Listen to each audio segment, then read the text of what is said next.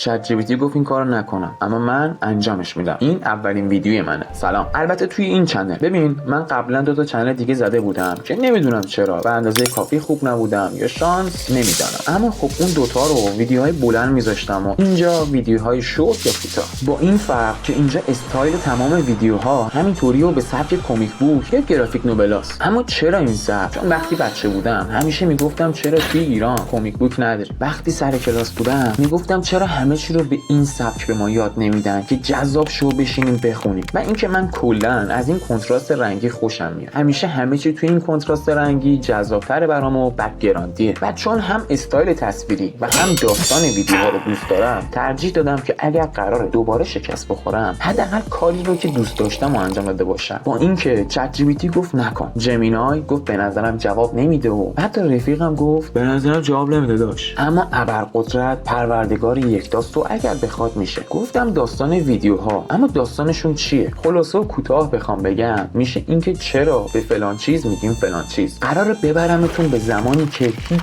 هیچ اسمی نداشت. ابوکار گفت اسم این چیه؟ من بهش میگم قاشق